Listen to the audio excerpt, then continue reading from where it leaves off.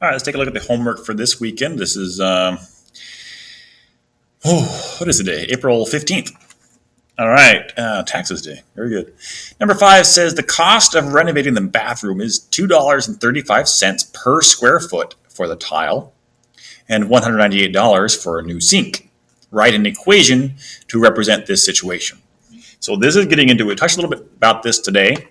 We have talked about this earlier in the year, but this is getting into y equals mx plus b, okay, a linear equation. So my general form of this equation looks like this, okay? Y equals mx plus b. You'll see this a lot in 7th grade. You're going to see it tons in 8th grade and throughout high school. What we've talked about is we have two variables that change, y and x. Okay, they change. Two things that change together, like, I don't know, let's see, Mr. Baker might change. How about my kids, right? Mr. Baker's kids, they grow bigger, and they grow bigger as time goes by. So time and the height of Mr. Baker's kids change together, right? As one thing changes, the other thing changes. Okay, that's what y and x is. As x changes, y changes. That's all it means. All right? Now, these things change constantly. My kids don't really grow at a constant rate, right? Sometimes they skip. Maybe in 1 year, maybe you yourself, right, grew 2 inches last year. You didn't grow 2 inches every year, but last year you just sprouted up, right? But in this situation, our two things change constantly. Okay.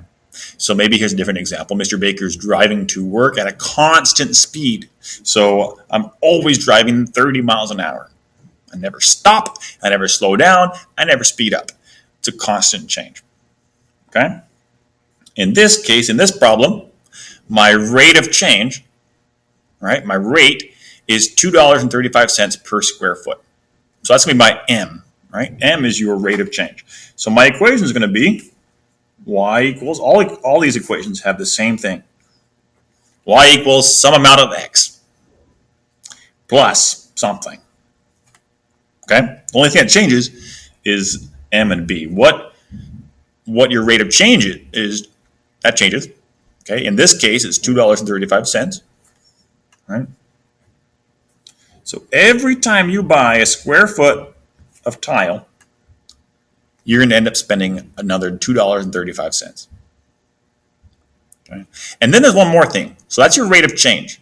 This number over here now that gets tacked on the end, that's a one-time initial value, we call it. The initial value is what you end up paying or where you started off at. Okay, so in this case, if I'm renovating my bathroom and I don't buy any tiles, I don't get any tiles for the floor, how much am I going to end up paying? Now you might think, well, $0, right? You wouldn't end up paying anything for tiles. Well, that's true. You don't pay anything for the tiles, but you still have to pay for the sink, right? You still have to pay that $198 for the sink. So that's any additional fees. That's regardless. You're going to end up paying this $198 no matter how many tiles you buy. So no matter what X is, X could be 0 tiles, you'll end up paying $198. X could be 1,000,000 tiles. That'd be a really big bathroom. But even if you bought 1,000,000 tiles, you would still only pay $198 for your sink. So that $198, notice there's no variables here. It just gets done one time. It's a one-time fee. Okay? And the $2.35, though, this gets applied every single time you get another square foot. Okay, so this is my equation. Y equals 2.35x plus 198. Okay, I should say I've been trying to get in this habit. Y equals 2.35 times x, or for every x, plus $198. All right, we will continue on question number 6 in just a moment.